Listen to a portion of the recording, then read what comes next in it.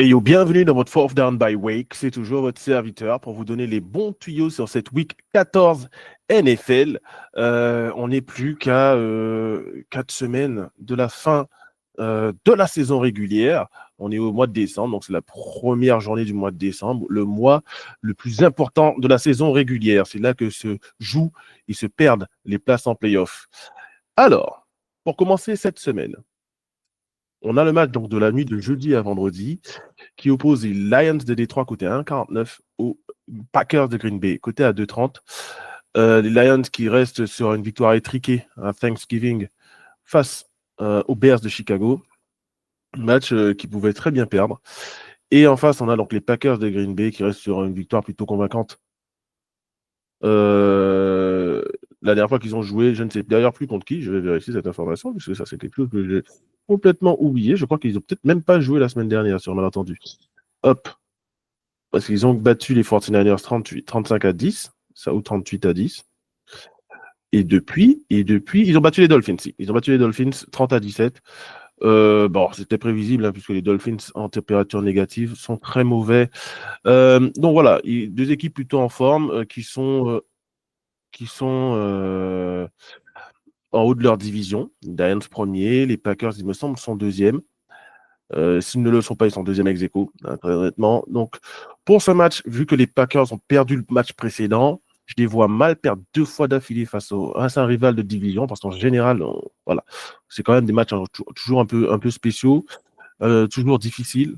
Et donc, dans ce match, j'irai à l'encontre de ce que disent les bookmakers et je donnerai la victoire des Packers à 2,30.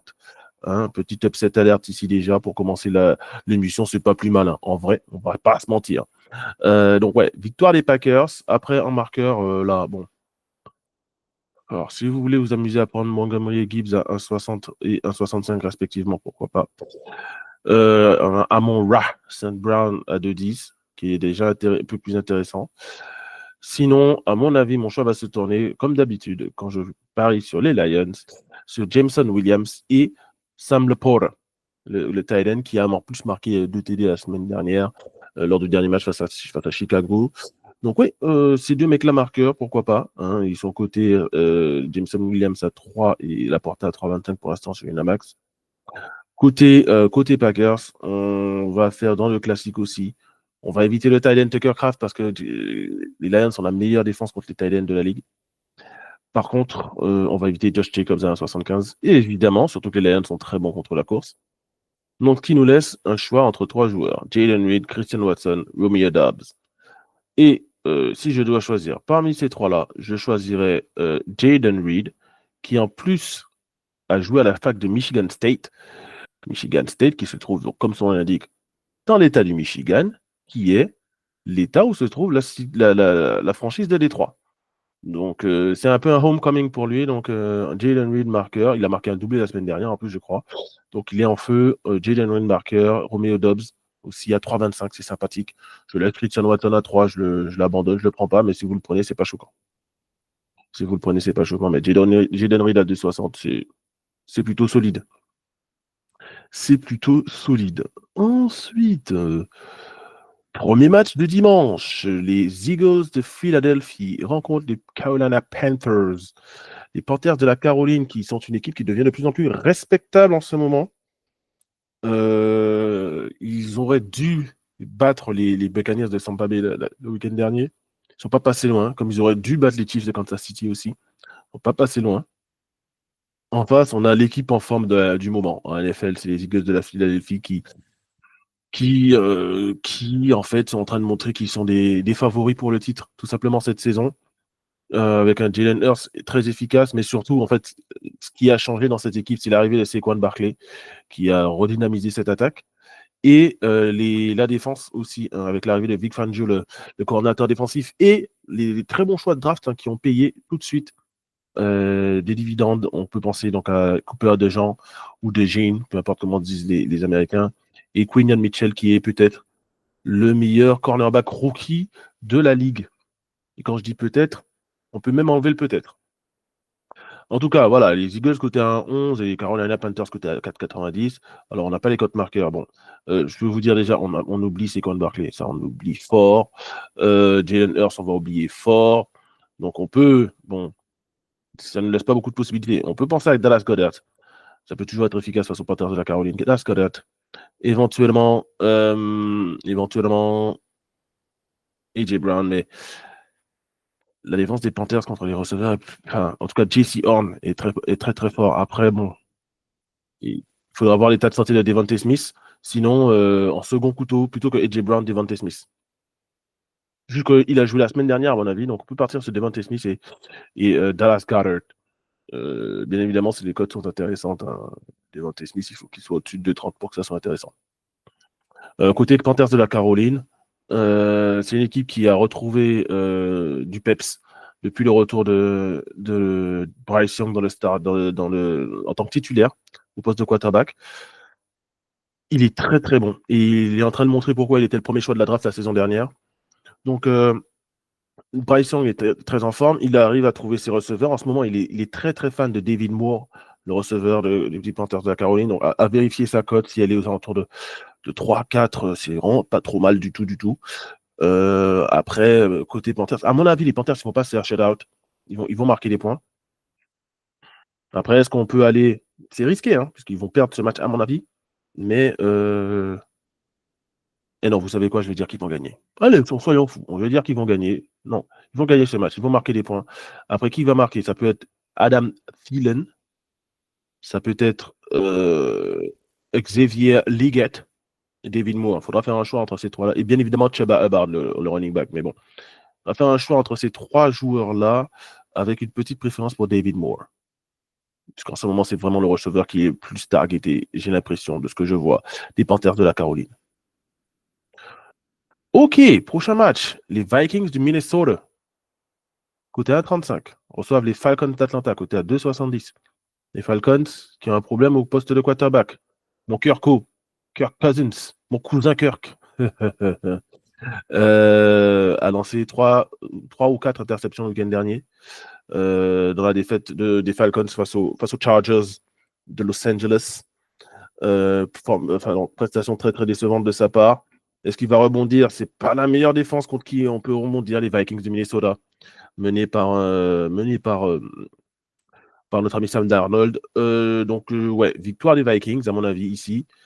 Et marqueur, je vais persister. Voilà. Je vais persister avec notre ami Justin Jefferson. Il faudra voir sa cote.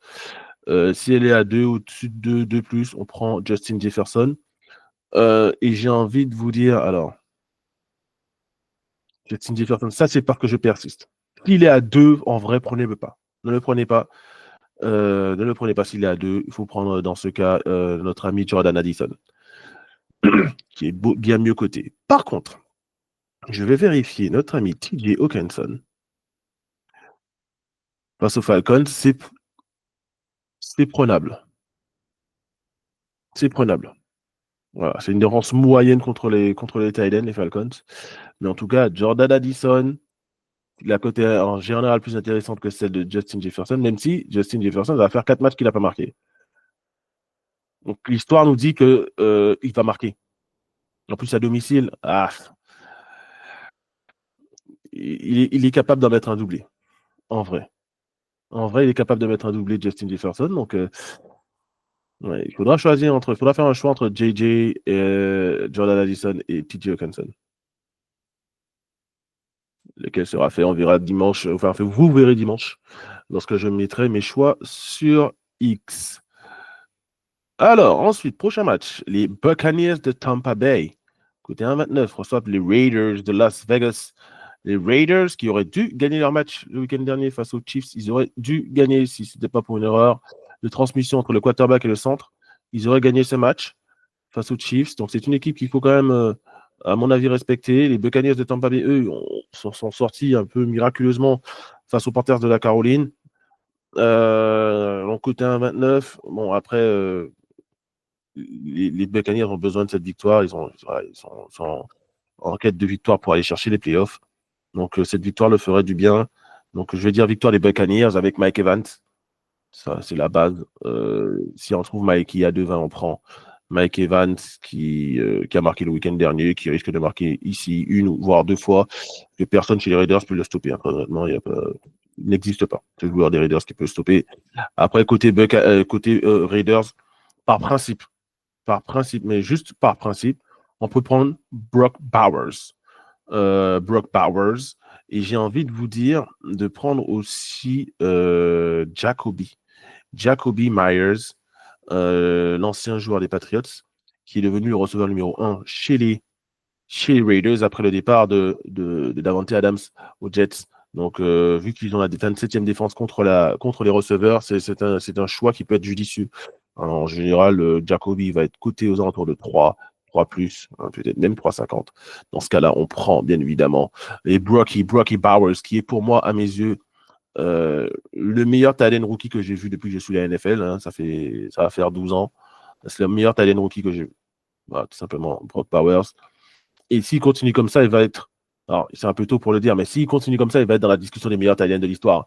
Parce que ce joueur-là est extraordinaire. C'est le meilleur rookie cette saison. Je veux rien savoir. C'est le meilleur rookie cette saison. Devant Jayden Daniels, devant Bo Nix, devant Drake May, bien évidemment, devant Caleb Williams, devant Quinion Mitchell, devant tous les rookies qui ont été draftés cette année. Il n'y en a pas un seul. Je dis bien, il n'y en a pas un seul qui est meilleur que Brock Bowers. Et si on veut être honnête avec nous-mêmes, c'est lui qui devrait être rookie de l'année. Mais bon, on sait comment ça se passe en NFL. Les skill positions ne sont jamais rookie de l'année ou même MVP. C'est très rare. Mais la saison qu'il est en train de faire, elle est extraordinaire. C'est une saison gronkesque, comme Gronkowski, alors que c'est juste un rookie. Incroyable. Et vous remarquerez la rime, hein, comme Gronkowski, alors que c'est juste un rookie. Après, je suis talentueux, c'est pas de ma faute. Hein. C'est même pas que je fais exprès, c'est littéralement juste du pur talent. Enfin bon, ça c'est un autre débat pour un autre jour. Ensuite, prochain match.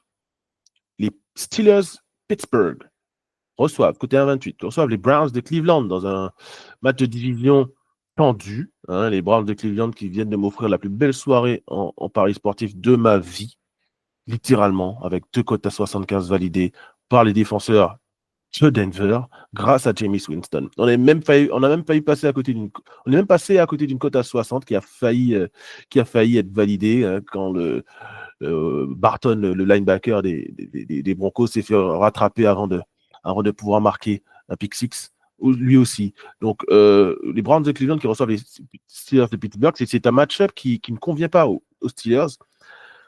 Après, est-ce qu'ils peuvent s'en sortir? Oui. Mais très honnêtement, j'ai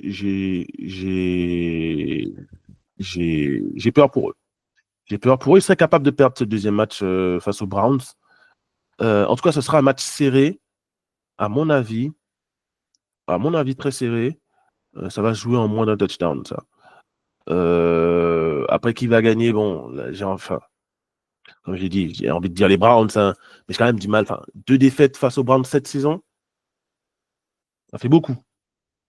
Mais est-ce que c'est de l'ordre de l'inimaginable? Non du tout. C'est tout à fait possible. Donc, je ne serais pas choqué que les Steelers perdent. Donc, en fait, ici, plutôt que de vous donner un gagnant, je vais vous donner les Browns plus 6,5. OK? Ou plus 7,5. Ouais, allez, on va faire les Browns plus 7,5. Donc, ils perdent un TD moins, à mon avis. Si c'est possible, les Browns plus... je vais regarder ça. Écart le point. Voilà. Ben, voilà. Le cut, en tout cas sur Winamax, il est Browns plus 6,5 à 1,76. Voilà, moi je vais être un peu plus prudent. Je dirais Browns plus 7,5 à 1,58. C'est pas la cote du siècle, mais pour moi, c'est limite une valeur sûre ici. Et on n'est pas loin de la valeur sûre. Donc une cote à combiner, hein, bien évidemment, je proposerai un combiné d'équipes vainqueurs, même si aucun combiné n'est passé cette saison. Mais bon, c'est comme les marqueurs, hein, les défenseurs marqueurs. Hein, il faut tenter. Il suffit qu'il y ait un combiné qui passe, peut-être un deuxième, un troisième, et ça va permettre d'être un positif sur le nombre de combinés qui ont été proposés depuis le début de saison. Ensuite, les Dolphins de Miami, côté 1,33, reçoivent les Jets de New York dans un match inintéressant d'équipes qui, à mon avis, ne feront pas les playoffs. Du coup, on va aller très vite sur ce match. Victoire des Dolphins de Miami, hein, qui, quand ils jouent chez eux et qu'il fait chaud, sont plutôt efficaces, bons. Victoire des Dolphins. Alors, qui va marquer Devon Echan. Voilà, on va pas se prendre la tête. Devon Echan va marquer.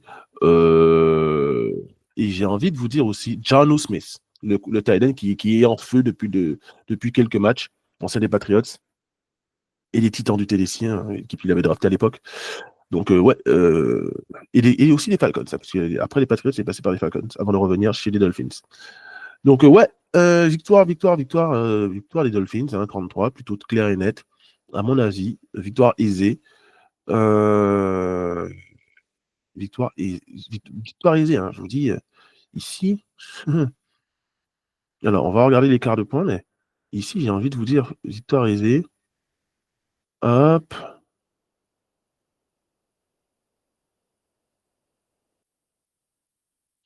J'ai envie de vous dire Dolphins, moins 8,5 à 2,10. C'est-à-dire que les Dolphins gagnent de 9 points ou plus. Voilà, moi je pense que ça va terminer comme ça. Ouais, ça va terminer comme ça. Les Dolphins gagnent de 9 points en plus. En tout cas, côté marqueur, donc Devon Echan et notre ami Jonnu Smith, côté Jets, je prendrais personne. Voilà, ça c'est dit. On va pas s'amuser à prendre chez les Jets. On ne sait pas qui est capable de marquer. Ça peut être Davante Adams, ça peut être Garrett Wilson. Ça fait un petit moment qu'il n'a pas marqué en plus. Donc, éventuellement, s'il y a un gars à prendre, ce serait lui. Après, chez les running backs, c'est la roulette russe. Donc, non merci. Ok, prochain match. Les Giants de New York, côté à 2,65, reçoivent les Saints de la Nouvelle-Orléans. Donc, les Giants, on sait que c'est la débandade. Donc, vu que c'est la débandade, victoire des Saints, côté 1,37. Bon, Drew Lock devrait starter, je crois, côté Giants, on n'est même pas sûr. Si c'est Drew Lock qui start, bon, il a été rouillé au premier match, mais il devrait quand même faire un meilleur match sur le deuxième. On peut penser donc à Malik Neighbors, marqueur. Côté Saints, on peut penser à Taysom Hill et peut-être Marquez Valdez Scantling, MVS, hein, qui commence à être le receveur numéro 1 côté New Orleans, hein, avec les absences de Chris Olave, après de multiples commotions, et de Rachid Shahid, blessé lui aussi. Donc on peut penser à MVS, hein, Marquez Valdez-Scantling, et Taysom Hill. Et de l'autre côté, on va faire simple, on va penser à Malik Neighbors. Euh, Éventuellement, on peut penser à Tyron Tracy. Je vais voir le classement. Non, ça, c'est pas la bonne application. Je vais voir le classement de nos amis, les, euh, les Saints, contre la course. Mais à mon avis, les Saints Nouvelle-Orléans, ils sont 26e. Donc, on peut penser, en effet, à Tyron Tracy.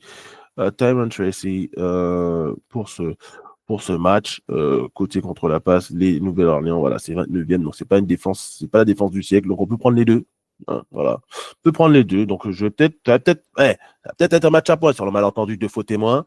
Est-ce qu'on prend un défenseur marqueur pour ce match, et éventuellement aussi, on va peut-être en prendre. C'est l'occasion, hein, sur ce genre de match, de prendre des défenseurs marqueurs, hein, surtout côté Saints face aux Giants, qui est une équipe plutôt généreuse avec les défenses adverses. On va pas se mentir, on va appeler un gâteau, un chat, eine Katze.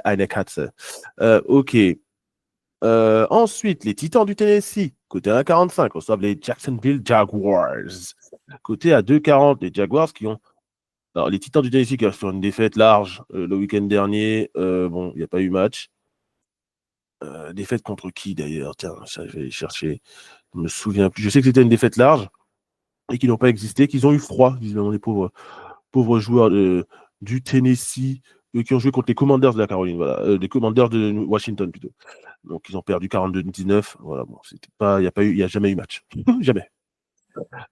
D'où ils vont quand même gagner face aux Jaguars, hein. Et face aux Jaguars, on va penser côté Titan, on va penser à Calvin Ridley et Nick Westbrook-Kini, encore un doublé pour lui, joueur en feu, ce receveur des Titans, qui est l'une des cibles favorites de notre ami Will Levis. Donc voilà, victoire des Titans, plutôt facile à mon avis. Et je risque de prendre des défenseurs côté Titans, voilà, puisque en face, ça va être Mac Jones, on n'est jamais à l'abri.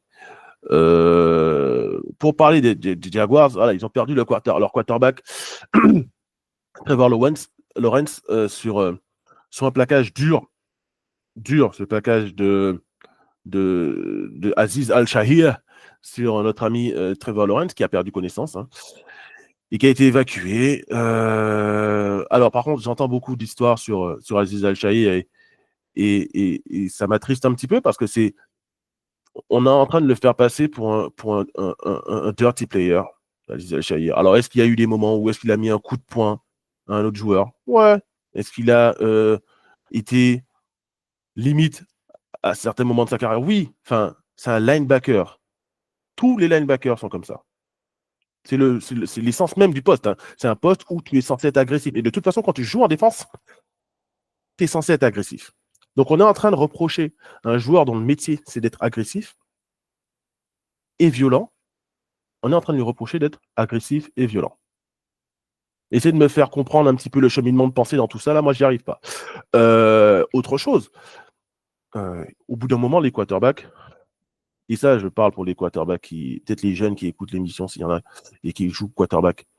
Si vous slidez, comme l'a fait Trevor Lawrence, c'est-à-dire les pieds les premiers, faites-le quand il n'y a personne autour de vous. Là, c'est pour votre bien que je dis ça. Sinon, s'il y a du monde, plongez la tête la première. Plongez la tête la première et protégez-vous. Parce que ce qui m'étonne au plus haut point, c'est qu'en fait, le quarterback est déjà le joueur le plus protégé sur le terrain. Parce qu'on n'a plus le droit de plaquer durement le quarterback quand il est dans sa poche. On n'a plus le droit de le plaquer au genou quand il est dans sa poche. On ne doit pas le plaquer trop. On ne doit pas le body slam. On doit le déposer gentiment par terre, sinon c'est roughing the passer. Et 15 yards de pénalité, première automatique. Donc les défenseurs déjà ne doivent... Enfin, ils ont peur de plaquer le quarterback. Alors qu'à la base, les linemen défensifs, c'est limite, ils sont payés pour ça. Mais maintenant, ils ont peur. Mais ça, c'est dans la poche. Donc pourquoi pas? On va essayer de protéger le quarterback dans la poche. Mais quand il sort de sa poche, il faut aussi le protéger. Non, je ne suis pas d'accord. Quand il sort de sa poche, le quarterback devient un running back. Et on sait ce qui arrive aux running back quand ils sont en train de courir. Ils se font défoncer dans tous les sens. Donc, ce que je suis en train de vous dire là, c'est que si Trevor Lawrence s'est pris une commotion cérébrale et qu'il a perdu connaissance sur le terrain, c'est en grande partie de sa faute. Ce n'est pas de la faute d'Aziz Al-Shahir. Aziz Al-Shahir a fait son métier. C'est pourquoi il est payé, plaqué durement tout joueur qui arrive dans sa zone. Trevor Lawrence, lui, ce qu'il n'a pas compris, c'est qu'il doit se protéger lui-même. Ce n'est pas aux autres joueurs de le protéger. On les protège déjà assez des quarterbacks dans la poche. Quand ils sortent de la poche, c'est à eux de se protéger. Ils sont responsables de ce qui leur arrive en dehors de la poche. Et s'ils décident de courir et de slider les jambes la première en essayant de gagner le plus de yards possible, c'est à leur risque et péril. C'est triste, enfin, c'est dur peut-être de dire ça, mais c'est la triste vérité. C'est la triste vérité. Je ne suis pas en train de dire que j'approuve que le fait que Trevor Lawrence ait perdu connaissance sur le terrain, que je trouve ça bien. Non, du tout. Pas ce que je suis en train de dire. Mais ce que je suis en train de dire, que s'il a perdu connaissance sur le terrain, c'est en grande partie de sa faute. Voilà. C'est comme quand un mec, il va au zoo, s'il saute dans la fosse au lion et qu'il se fait tuer, ben, je suis désolé, mais c'est de sa faute. À part s'il a été poussé dans la fosse au lion, mais vous comprenez ce que je veux dire. C'est comme un mec qui roule à 130 sur une route à 80 km/h. S'il lui arrive quelque chose, ben c'est de sa faute. C'est triste, mais c'est de sa faute. Donc là, dans le cas de Trevor Lawrence, c'est exactement ça. C'est triste ce qui lui arrive, mais c'est de sa faute. Voilà. C'est pas aux quarterbacks qui, en plus maintenant, ces quarterbacks qui font des fake slides. On l'a vu pas plus tard que la saison dernière en playoff à Buffalo, quand Josh Allen, il fake slide pour marquer un touchdown face aux Steelers. En plus, c'est le touchdown qui limite tue le match. Quand Patrick Mahomes s'amuse à fake slide et face aux Lions de Détroit cette saison, ou la saison dernière, où il fake slide et il va chercher la première tentative sur une deuxième essai. Ou quand il fait semblant de sortir du terrain, en bord de terrain, sur la ligne de touche, quand il est en train de titiller la ligne de touche et qu'il ne sort pas et qu'il gagne un maximum de yards pour ensuite gagner, allez, je crois, il gagne 15-20 yards face aux 49ers cette saison comme ça. Non, c'est pas du football, ça. C'est pas du football. Un quarterback, s'il se met à courir en dehors de sa poche, il doit se faire punir. Et c'est ce qui doit se passer. Et le jour, enfin, et je peux vous dire que Trevor Lawrence, après ça, il va plus slider de la même façon. Quand il va sortir de sa poche, il va être conscient de ce qui se passe autour de lui. Il va regarder et il va faire de meilleurs choix. Caleb Williams, pas plus tard que la semaine dernière, il essaye, bord de touche, de gagner des extra yards. Il se fait punir. Des quarterbacks qui sortent de la poche doivent, je le dis, hein, comme ça on aura du vrai football. On va essayer d'arrêter d'avoir ce semblant de football américain où les quarterbacks ils font n'importe quoi, ils gagnent des yards en torsant en plein milieu du terrain parce qu'on ne peut pas les plaquer. Et ils sortent le totem d'immunité à la dernière seconde, le slide à les jambes la première. Non, non, non, non, non, non, non. Moi, je suis défenseur et je suis coach défensif. J'apprends à mes défenseurs à les punir. Punissez-les. Comme ça, ils ne reviennent pas. Aussi simple que ça. Je ne dis pas qu'il faut les blesser. Je dis qu'il faut leur faire mal. Pas pareil. OK? Il faut les punir, les quarterbacks. C'est triste encore une fois, mais il faut les punir. Il y a des zones dans lesquelles on ne joue pas. On ne danse pas. C'est les zones hors de la poche. Quand tu es dans ta poche, tu es protégé par la loi, par les règles. OK, il n'y a pas de souci. Mais en dehors de ta poche, il n'y a plus de protection qui tienne. Encore une fois, quand tu te jettes dans la fosse au lion, il faut assumer derrière. Donc la suspension, bien évidemment, il va sans dire que pour moi, elle est disproportionnée. À mon avis, hein, si je veux être 100% transparent avec vous, il ne devrait même pas être suspendu, Aziz Al-Shaair. Même pas. Pour moi, c'est un scandale ce qui se passe. D'autant plus que le mec qui le suspend, John Runyan, alors là, je vous invite à aller voir les highlights de ce mec-là. John Runyan, la personne qui a envoyé la lettre à Aziz Al-Shaair. Et je vais même vous lire ce qu'il a envoyé à Aziz Al-Shaair, parce que là, c'est prodigieux quand même. Ce mec-là, il est fort en chocolat. Hein. Il est en train de nous sortir. On a l'impression qu'Aziz Al-Shaair, c'est Vontaze Burfict Prime, tu vois. Non, au bout d'un moment, faut savoir raison garder. Là, on est dans l'excès, on est dans l'émotion, on est dans tout ce qu'on veut parce que Trevor Lawrence, il a eu bobo. Eh ben ouais, il a eu bobo. Ouais, gros, tu joues au foot américain, hein, ça va t'arriver. C'est pour ça d'ailleurs que j'en ai jamais fait. C'est pour ça que je fais du flag. OK? Je ne suis pas assez fou pour faire du foot américain. J'ai peur. C'est une des raisons pour lesquelles j'ai peur pour ce genre d'action. Mais j'ai peur, non pas parce que pour moi, je trouve que ça devrait être interdit. J'ai peur parce que c'est justement autorisé. Donc, je ne ferai pas ce genre de choses. Alors, notre ami John Runyan. Alors, qu'est-ce qu'il a envoyé à Aziz Al-Shaair? C'est assez impressionnant. Ils lui ont envoyé une lettre incendiaire que j'ai pas. Ça, c'est bien. Ça, c'est bien. Je n'ai pas gardé la lettre. Bon, dommage. En gros, ce qui a été dit dans la lettre de John Runyan envers Aziz Al-Shaair, c'est que il ne respecte pas le jeu, il ne respecte pas les valeurs du foot américain, il ne respecte pas ses adversaires, il ne respecte pas les gens qui regardent le foot américain, les spectateurs et les téléspectateurs, et que en gros, grosso modo, c'est une honte pour le foot américain et la NFL, ce qu'a fait Aziz Al-Shaair. Voilà, donc je vous invite à regarder encore une fois les highlights de John Runyan pour savoir de quel individu on parle. Et Aziz Al-Shaair, pour info, c'est la première fois qu'il est éjecté de sa carrière. Pour un dirty player, c'est quand même relativement bizarre. Hein. C'est pas ce que je qualifierais comme dirty player. C'est peut-être la deuxième fois qu'il a une amende de toute sa carrière, Aziz Al-Shaair. Donc, voilà, il faut savoir raison garder. Hein. Aziz Al-Shaair, il a fait ce pourquoi il est payé, plaquer un quarterback. Voilà. Il n'a rien fait d'autre. Il a fait ce pourquoi il est payé. Est-ce que c'est triste? Oui. Mais encore une fois, ce n'est pas de sa faute. Si Trevor Lawrence, il slide 1, voire 2 yards plus tôt, il ne lui arrive rien du tout. Mais comme il a essayé d'aller chercher la première tentative, eh ben, il s'est fait punir. Comme devrait se faire punir tout joueur qui essaye d'aller chercher la première tentative en sortant de sa poche. Plus simple que ça. Enfin, bref. D'ailleurs, hein, je vais vous dire à quel point je suis sûr de mon statement sur ce sujet-là, c'est que même Tom Brady est d'accord avec moi. Je vous invite à regarder ce qu'il dit. En gros, dans l'essence, il dit que voilà, les quarterbacks doivent se protéger eux-mêmes. Voilà. C'est pas aux défenseurs de protéger les quarterbacks. Tom Brady est d'accord avec moi. Richard Sherman est d'accord avec moi. Torrey Smith est d'accord avec moi. Voilà, plein de joueurs qui ont joué sont d'accord avec moi. Après, il ne faut pas faire attention aux mainstream médias américains qui sont là pour nous vendre à Aziz Al-Shaair comme la pire des vermines.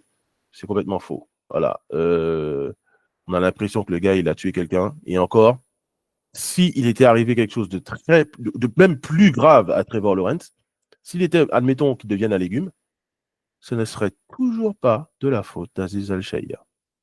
Toujours pas. Encore une fois. Bref, on va clore le sujet.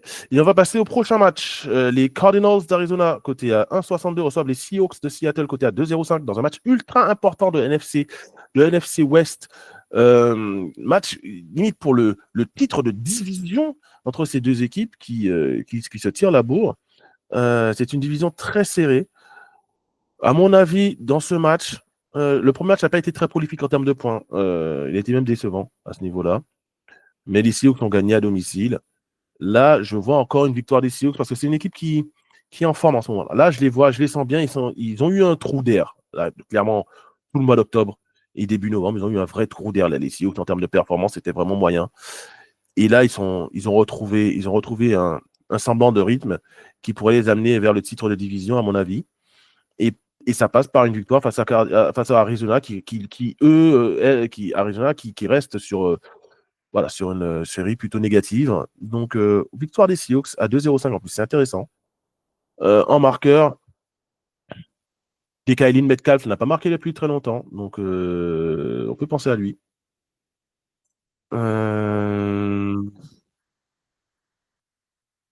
Kylin Metcalf, Jackson Smith and Jigba, JSN. Parce que ça, c'est les deux probables marqueurs côté Seahawks, parce que les Cardinals défendent très bien, très très mal les receveurs adverses. Très honnêtement, ils défendent pas très bien non plus